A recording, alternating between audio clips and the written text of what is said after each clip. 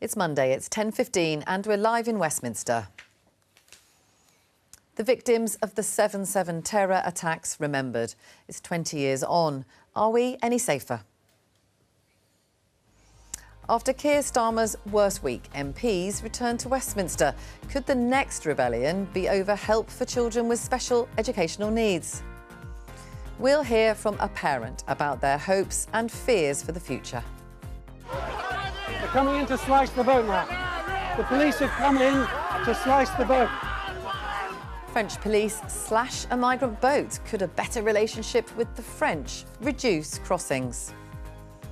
Joining us today, Labour MP David Pinto-Dushinsky, Shadow Work and Pensions Minister Danny Kruger, former Liberal Democrat advisor Polly Mackenzie, and broadcaster and newspaper columnist Dawn Neeson. This is Politics Live.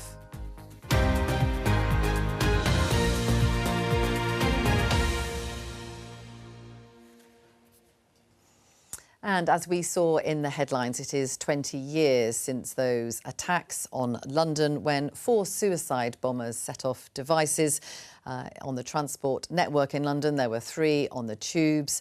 There was a bomb too on a London bus. It killed 52 people and injured nearly 800. David, do you remember where you were? Do you have any memories of that day? Yes. Look, this is an incredibly solemn day, and I remember it, like all Londoners do, incredibly vividly. The trauma of the day itself, but obviously the days that came after. I was actually worked as an advisor to the Home Secretary in the days and weeks after the bombings, so was very heavily involved in the drafting of the terrorism legislation and the police response that's provided the framework that we faced ever since. But for me, leave aside the kind of visceral remembrance of the day itself, and you know, my heart still goes out to the families of all of the victims, and it was a horrible, horrible thing. The thing that I am left with is the thought that ultimately those bombers failed, and that's the most important thing. They failed to sow terror, but they also failed to divide communities, which is the thing that they were really aiming to do, and that's the lesson that I really hold on to from those days. We cannot allow extremists to divide us. Danny, what are your recollections of that day? I was working at the Telegraph newspaper writing the leaders, and that day we just put out a big leader celebrating the London's victory in the contest to host the Olympics, if you remember. The evening before, wasn't it? It was a great day about how wonderful London is. And then we came in that day and this started happening, and the next day's papers were so different. And I agree with David that the great achievement, not least of the security services in the years that have followed, actually, to prevent further attacks on this scale. There is something quite remarkable about that, because the danger hasn't gone away, but also the resilience of our communities. I do think that's impressive, and I think we have to remain ever vigilant. But today is a very, very sad day of memory for all of those victims and their families. Polly, what about you? I was travelling back from the local government conference with then Liberal Democrat MP Sarah Tether, and we had to get off the train at Peterborough. And so we spent the day waiting for sort of approval to get back into London. I think everybody will have those sort of memories of how you were affected. But of course, it's incredibly important to remember the lives of those who were lost and the impact that will have had on their families. I think as a result of those attacks, there were changes both to terror legislation and also to victim compensation legislation, really helping us to think through how do we stand together as a society in the face of the desire to hurt us and divide us and take lives in this way. I think one of the things that's interesting that has changed over the last 20 years is somehow the shape of what extremism looks like. I think extremism is sort of fragmented. That's not a good thing. At the time, I think we were all captivated by this sense that there is Islamist extremism. And actually, we now see, and you see it in the US as well, a range of different organisations with a range of different politics wanting to take arms. And that means that it's incredibly difficult for the security services to keep track. And I do, as Danny says, a fantastic job keeping us safe. Dawn, just seeing the footage of that day, it just brings it all back, doesn't it? I know it's a cliche, but I can't believe it was 20 years ago. It feels like it was yesterday. It was so horrific. I was editing a national newspaper at the time, and seeing the pictures coming across the desk, the unedited pictures, the ones that weren't pixelated, the ones that weren't blown out, really brought home the true horror of it. And the day after the initial attack, I remember putting on page one the faces of every single victim. And it was the one thing they all had in common. They're different races, different religions, different colours from all over the world. The one thing they had in common was they were so young. Many of them were so young, and it was absolutely heartbreaking looking at that page and thinking, what a waste of life. And what did those four, I'm sorry, scumbags who did this, achieve? Nothing. They just took a load of innocent lives.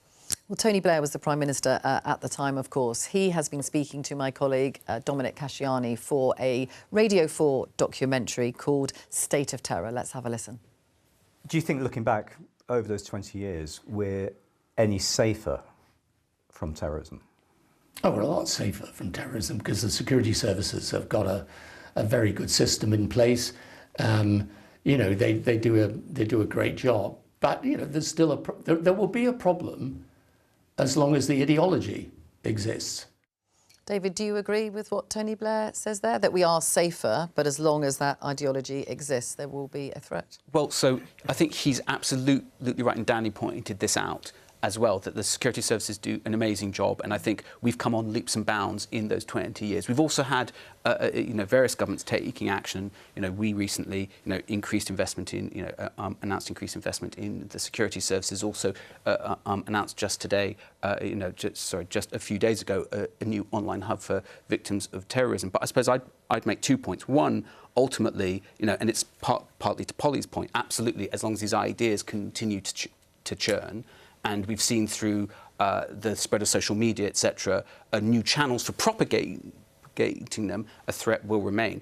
But I suppose the other thing I'm struck by is that the nature of the threat is evolving, firstly in the way Polly suggested, but also in a second way, that now we're seeing increasingly state actors as well. And so in a way that we haven't seen before, Iran, Russia, etc., posing a threat to our kind of national security. And the next challenge for us, exactly as the government's doing, is to allow some of our laws to evolve to meet that threat as well. Danny, what do you make of what Tony Blair said?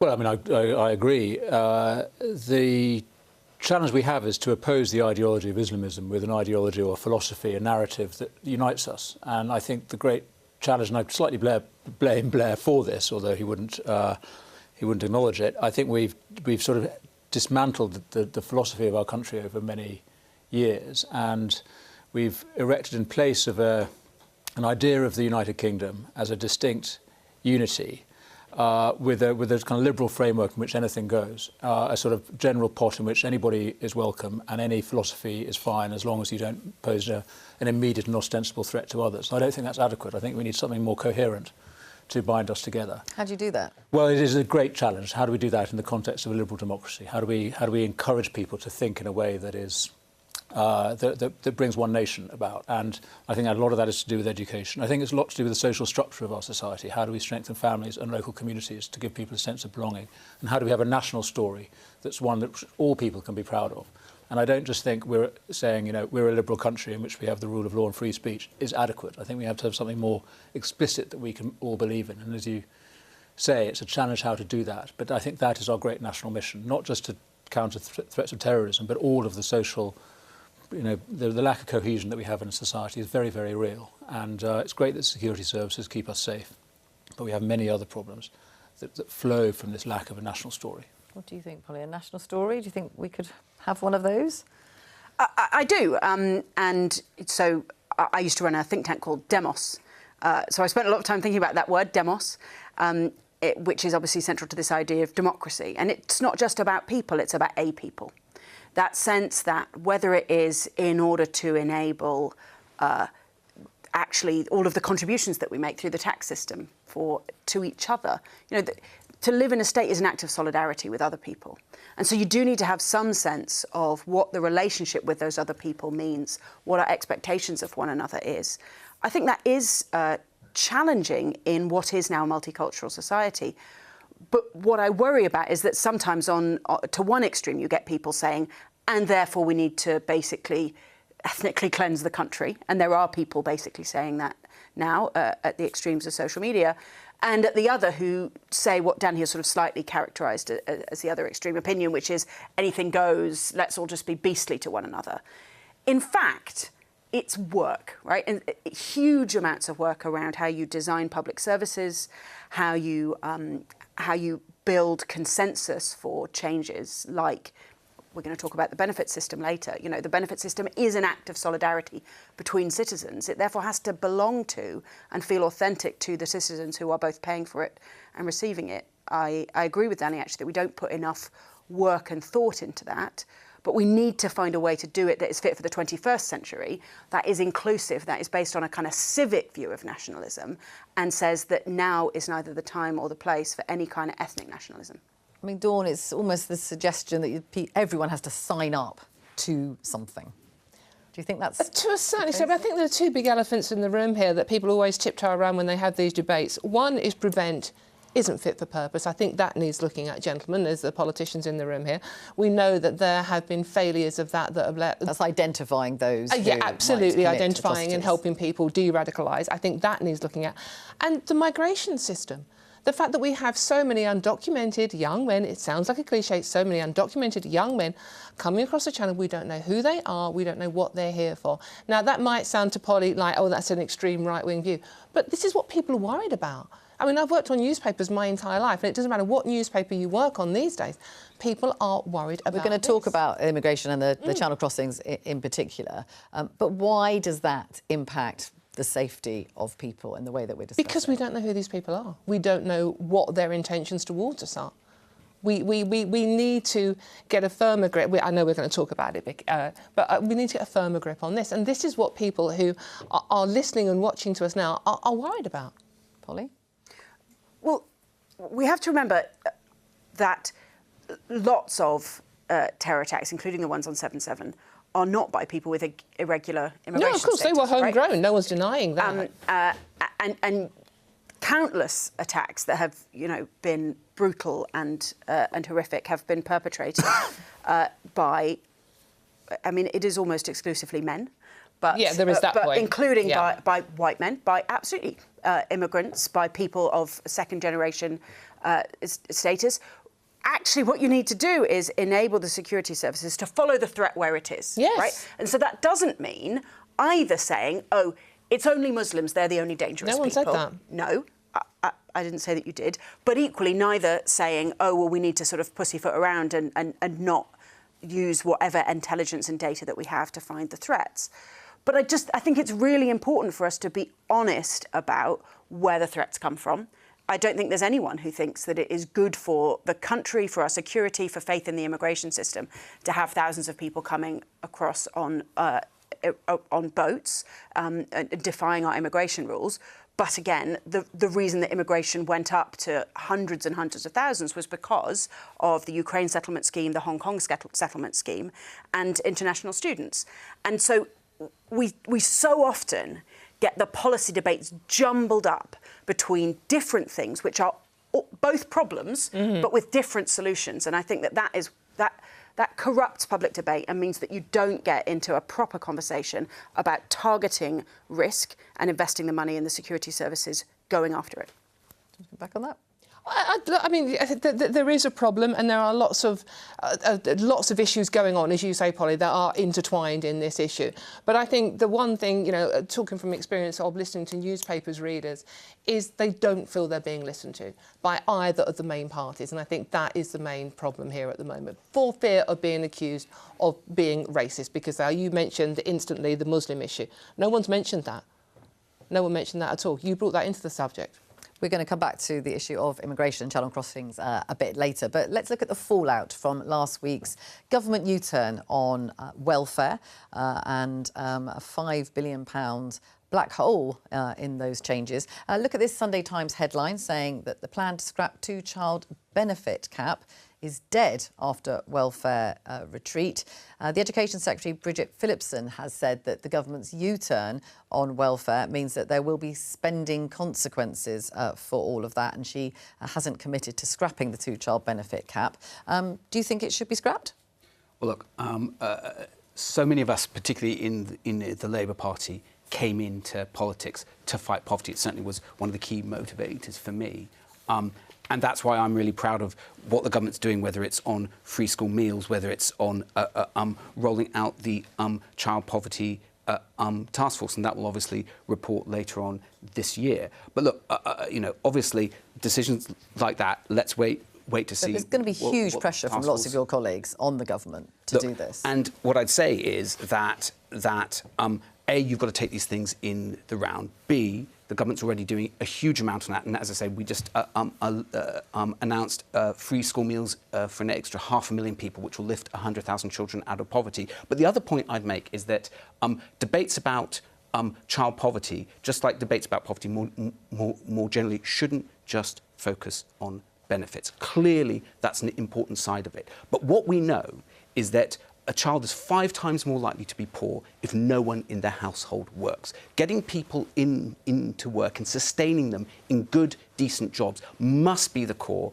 of an anti-poverty strategy. And the other thing I'd say is we also know that you've got to take a multi-pronged approach. I worked, as I said, for the Blair and Brown administrations and worked on the issues of child poverty. And the reason we were so successful in cutting child poverty was because we took a multi-pronged approach that looked not just at benefits, but at work, at schools, at childcare. And even today, we are just rolling out a announcement on setting up 1,000 Best Start. But lots of your colleagues say that the two-child benefit that's going to make a real difference. And if you're serious, but they say that's pushed lots of children into poverty, and the quickest way, they say, lots of your colleagues, to get children out of poverty is to scrap that cap. So of course benefits make a difference, but I think even scrapping the cap would change the level by less than 10%. If you're serious about dealing with child poverty, and if you're also serious about dealing with life chances, so not just poverty, but giving people real opportunity, you've got to be serious about childcare,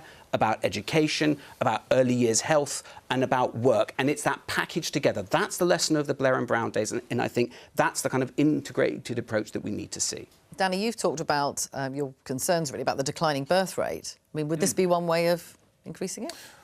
Well, I do think we need to be supporting families, and yes, bluntly, I would like to be subsidising family formation and childbearing. Yes, we should be, as a society, investing in the next generation, and it is a. And in this way, would this be? Well, I don't think this is the way. Firstly, we can't afford it. I mean, David's colleagues have just spent any spare money by rebelling on the welfare reform. So we've now got a welfare reform plan that has no reform in it and doesn't even reduce the spending. They're going to increase spending significantly. So we need a general reform programme in welfare. I agree it's not just about welfare, though. The way I would support families and encourage people to have more children, which we need, is through the tax system. And I think we should be investing properly in tax reform to strengthen families and make it easier to bring up a family. But fundamentally, we are in a fiscal crisis at the moment, made significantly worse by the declining growth that we've seen under this government. And David's absolutely right. The answer to poverty for most families is work.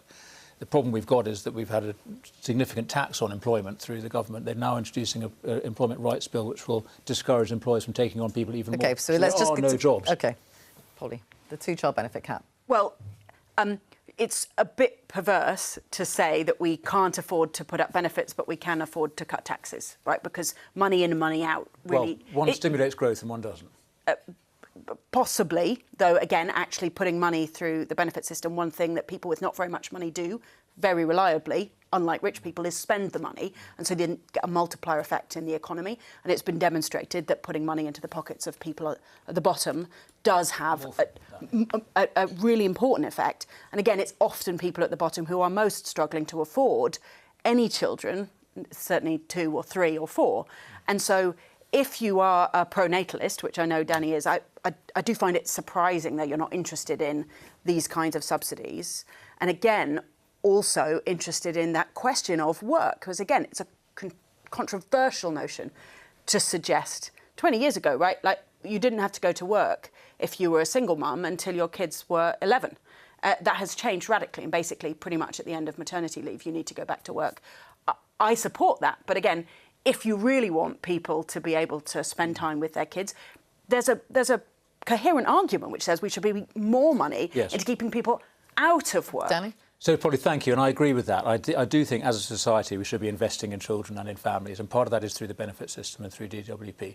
But I think the way to approach this general question we've got of our declining birth rate is not simply to lift the two-child cap. We need a general reform that uses the tax system primarily to encourage people to make enough money to look after a family. But yes, of course, the benefit system, through childcare, through, we're going to talk about EHCP's help for children with special needs, through investment in early years, which, again, I mean, our government a pretty good record on.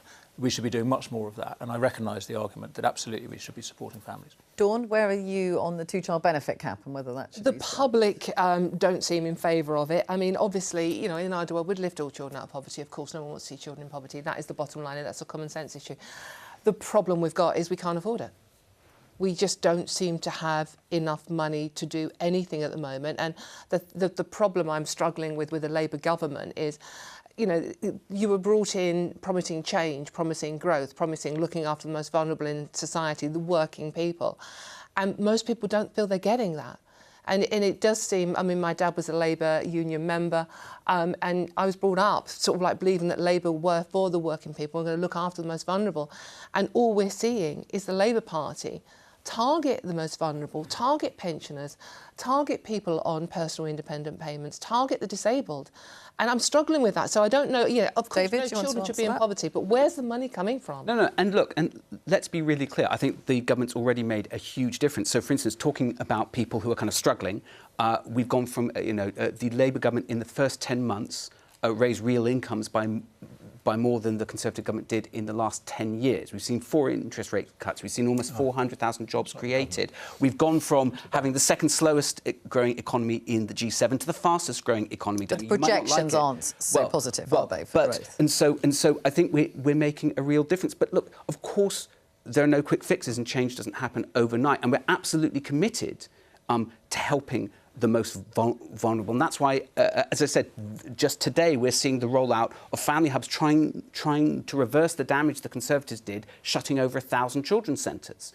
And so that's absolutely the work, but it doesn't happen overnight. But I would also like to come back on something Danny said, because Danny, you actually gave us some clarity at one level where your parties fell. We've debated welfare reform for months, but the Conservatives have not been able at all to tell us what they would do. I think Kemi They do have one plan, actually. Let's look at the Daily Telegraph headline saying ban foreigners from claiming disability benefits, say Tories. But Danny, but foreigners are already excluded in most cases from claiming PIP. There are clear rules on it, right? They haven't been able to tell us. Danny himself, when he was asked in Parliament just a few weeks ago what the Conservatives' plans were, said, "I'm sorry, I can't tell you exactly what." Right. They well, are. let Danny explain. So what's this plan here? Ban foreigners from claiming disability benefits. Right. So a couple of weeks ago, we were waiting for the government's plans. Those plans disintegrated in front of us. Once we finally had an actual bill in front of us, we could tell you what we think of it, which we don't think of very much. We would introduce a number of changes, and we've tabled amendments. One of is this: we need to absolutely insist, and Polly made the point earlier, we need a contributory welfare system where you pay in and you get out. How much would it save? Well, it could save significant numbers. I mean, there's a huge range of changes that need to be made. Another one is around mental health. Too many people are getting PIP in consequence of quite mild mental health disorders. So there are significant savings that need to be introduced. Crucially, what we need to do is to ensure that the government comes forward with a proper reform plan that reduces the overall spend through benefits changes, reductions in spending on migrants and on mild mental health conditions. And then we can make the investments that are needed, by the way. I mean, the government's trying to raise the standard allowance of universal credit. That might well be the right thing to do. But until we've got an overall plan that reduces expenditure over time and supports people into work, crucially, and helps people, particularly with disabilities, to get closer to the labour market, all we're doing is spending more money, and we have a totally unsustainable system. Briefly, and then we're going to... But Danny, before the election, you said you'd save 12 billion. The IFS said your figures didn't add up. Kemi Badenoch, when asked where the money would come from just a couple of weeks ago, couldn't answer 5 times over. Mel Stride gave a different answer. You've just come on live TV and said you want tax breaks, which will also, as Polly pointed out, cost money. Reform's even worse, saying they'll say 15 billion and they can't say where. It's a mess. You created this problem. It's also striking that you've brought together with one of your proposals, which, as I say, the PIP system already covers, a proposal that brings together immigration and welfare, 2 systems you ruined and messed up. I think you need to go back to basics and actually explain where the money would come from. None of it adds up. Very Well, briefly. the money comes from the welfare budget. We need to reduce it over time by limiting eligibility and supporting people into work. By the way, on immigration, I know we screwed up. Absolutely, I'd put my first person to put my hand up to that. But on welfare, actually, we have a very good record in office. We've reduced unemployment benefits significantly by incentivising people into work through the introduction of universal credit. The problem was, at the end of our time in office, mostly because of COVID, we saw this huge rise in disability and sickness benefits. That's what we need to get on top of. That's what the government said it would do. It's taken a year and we've got no reform at all. OK, let's look at another possible area of rebellion for the government. The government faces a battle over SEND, which is special educational needs, overhaul as campaigners voice fears. Now, this is around EHCPs, that's Education, Health and Care Plans. The Education Secretary, Bridget Phillipson, was asked about this when she was talking to Laura Kuenssberg yesterday. Let's have a listen. I understand for parents having access to that EHCP and what that brings is incredibly important. But will you rule out getting rid of them? I will make sure that every child gets the support maintained that they need. But that's not actually, the question. It's about getting rid of these things. It is about better and earlier support. We can now talk to Gabriella Saxby, whose son is receiving support through this scheme. Thank you for speaking to us today. Can you just tell me about your experience really finding your way through this system and getting that help for your son? I honestly think the experience in general, it's just not accessible to most families, most parents. It gets to a point where nobody's there to support, explain. You have to do a lot of self-education, a lot of sleepless nights looking into different avenues. I do agree that early intervention and support is the best thing to help these children, especially my child in this instance. But just communicating with schools constantly, the rules are changing every week depending on which SEN officer you speak to at your local council, and nobody really knows where you stand. And ultimately now, once you have got that EHCP, it is just that backup of, OK, we've got through that hurdle, but now there is a legal requirement to support this child. Without that, there is no support. There is no support enforced from school, from professionals, monetarily from the councils. And just explain what help this has given your son during his time at school. Yeah, and before the EHCP was granted, my child was at 6 years old on the verge of permanent exclusion. A mainstream school was struggling to support and cope with him. He was diagnosed with autism, ADHD and severe anxiety and social emotional mental health needs. He's extremely bright, so me and his dad looked around many specialist settings. They were suitable for his needs, but not his education, so we fell through a gap. I personally couldn't compromise that, but with the plan, he receives full-time one-to-one support within class, outside at break times, lunch times. He also receives sensory circuits, movement breaks, social, emotional, mental health work, all of the SULP activities. Without that, he wouldn't be in an educational setting, which would be appropriate for him. But now he is thriving within mainstream. But if you removed that funding, he wouldn't be able to have that support. And if that support wasn't there, he would not be within education. So he would not go on to being an adult, which could contribute to the workforce, contribute to the country. And ultimately, as parents, for me and my husband, that's the thing that we're most adamant on. He has to be educated. He needs support. That's completely fine. But we also know that one day he's going to be an adult who needs to work and support himself and go towards the country. And presumably, because some people are worried about the cost of all of this, there was a big rise in the cost. What do you say to people who are worried about that? I think there is a big cost, and I think it's a very difficult situation. I think from my experience, a lot of parents are pushing for specialist schools, which the cost is sometimes 5-6 times more than what would be needed to adequately support a child in mainstream. There are some children who specialist settings are 100% suitable, and there are other children where mainstream isn't well funded enough to support them, so they have to go to specialist settings. And I think if mainstream was supported better now, that would in some places reduce the need for specialist settings. but they aren't. And also, whilst there is a big cost which is coming now, and I fully appreciate that money has to come from somewhere, if these children don't get an education and don't become a part of our workforce, we are going to have a whole generation of children who become adults who are claiming disability and benefits for life. And that's going to be a long-term cost in them. Gabriella, thanks so much for telling us about your experiences. That was really interesting to listen to. Thank you. David, do you think there needs to be changes to the system? Well, look, I think, well, firstly, thank you to Gabriella for sharing her story. And I think parents like Gabriella know better than anyone that the system is fundamentally broken. I mean, I see my constituency surgeries. In the bureaucracy, what side of it? And so whether it's people struggling to get EHCPs, whether it's the waits, I see cases in my surgeries every single week of parents who are struggling. You know, our SEND system, you know, is in crisis. And you know, it's really important that we take steps to reform it, and that's why I'm really pleased the government put in over £1 billion extra, has already given... Is this going to be like the welfare changes, the PIP changes, where reform actually equals saving billions of pounds? And so, look, I know that whenever we talk about reform of systems like this, of course it causes anxiety among people who really rely on them, but, you know, it's really important that we want to strengthen the system. And it does require reforming. As you said, since 2018, the numbers on EHCPs have gone up by almost 3/4. The funding hasn't kept pace, so the result is the funding per student on EHCP has dropped by 1/3. We also have postcode lotteries. Many areas, including areas that around my patch, don't have sufficient provision, and parents are really struggling.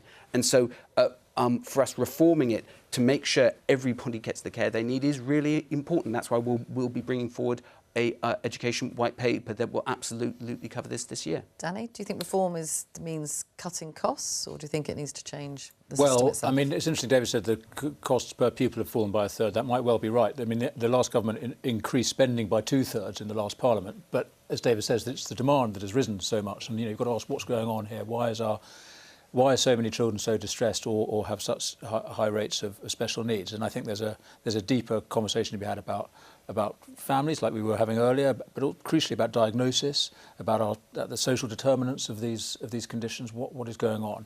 But in terms of the response... Do you think there's overdiagnosis? Well, there certainly is overdiagnosis. I'm not saying that's necessarily a significant factor here, but I think it's necessary in order to get an EHCP, often to get a diagnosis. So the incentives in the system, I mean, this works all the way through our mental health system, of course, child and adult as well. You get more support if you have a diagnosis. So that's natural for parents to seek it. But you also have genuine levels of high need, high levels of distress. So that's the issue we need to grapple with. In terms of the response and the funding, I mean, I am concerned that the government has clearly got a plan. They've allowed it they've trailed it, leaked it, whatever's happened, or it's leaked. And now we've got a lot of very anxious parents. So I do think there's now an immediate obligation on the government not to wait until the autumn to come out and say what they're proposing to do. I do like the sound of prevention, though. We need to get upstream of the EHCP process because it is incredibly congested and clogged. We need to support families earlier, and whether that means supporting them in mainstream schools or providing alternative settings for them. We need to be thinking much more holistically rather than just about this quite narrow channel that we force everybody into, which is the EHCP process, which often is very, very bureaucratic. Holly, do you think that changes are needed? Or do you think it's functioning properly, the system? I think change is needed, but I reflect that I was involved in the coalition government that introduced this current scheme, and it doesn't seem fit for purpose now. And when we were talking about benefits reform just now, you know, David and Danny sort of got immediately into the sort of accusations that you designed a terrible system and no, you designed a terrible system. It's all your fault. When of course the personal independence payment was also created with pretty much the same objectives that the Labour government has now to replace the disability living allowance, which replaced a previous set of disability benefits. And actually, what I reflect on is how unbelievably complicated these things are, is that actually it's not true that malicious people in another party sort of deliberately screwed something up. It's that well-meaning people tried very hard to create a system that navigates this enormous complexity. We do have rising numbers of children with disabilities, partly to do with greater diagnosis, better identification of problems which would have gone undiagnosed. We also have many, many more children surviving a premature birth than we did a generation ago, and that leads to more children and young people with, potentially life-limiting disabilities or conditions that require intervention. And we need to think about, how do you then fund these things in a sustained way? How do you manage the fact that, as Danny says, if you have a system which basically incentivises you to seek diagnosis, you then put a lot of pressure into the getting of a diagnosis, which then creates waiting lists for diagnosis and a lot of stress for people who are doing it, which means that huge amounts of resources going into that, rather than helping in a more generalised, non-diagnosed sense. I think we all need to just accept how unbelievably difficult this is and try and go about reform in a more collaborative way that recognise, these are genuine generational changes that we all need to navigate. Dawn, Gabriella talked about it almost as an investment, didn't she? Yes, and it is an investment in the future, because, I mean, one of my friends, she's got a daughter. She wasn't expected to live beyond a year old. She's now a beautiful young lady of 19 years old. She's contributing, she's managing to work because she has had this support. And I totally agree with Polly on politicians are constantly saying, well, you should have done this, you haven't done that. It's not about that, it's about the children. And I think Bridget Phillipson yesterday in the interview you gave was really upsetting for so many people to watch that, because she failed to guarantee that people are going to be protected, that children are going to be protected. The system is incredibly complicated. It does need reform. We all know that. But it doesn't need to be so complicated. And I think what we all need is all the political parties, an increasing number of them, to actually start working together and make sure that children aren't suffering. And we also need to take into account what happened during the pandemic and what we put kids through there. With the mental health issue we're seeing an increase of, we're forgetting we put them through all sorts of hell then. Now, a quick reminder that we continue to be on air earlier than normal for the rest of the week because of the coverage of Wimbledon tennis on BBC Two at 11:45 tomorrow, 11:15 on Wednesday and 11:45 again on Thursday. Now, have a look at these pictures from northern France. They're coming in to slice the boat now. The police have come in to slice the boat. Policeman here is pulling them in.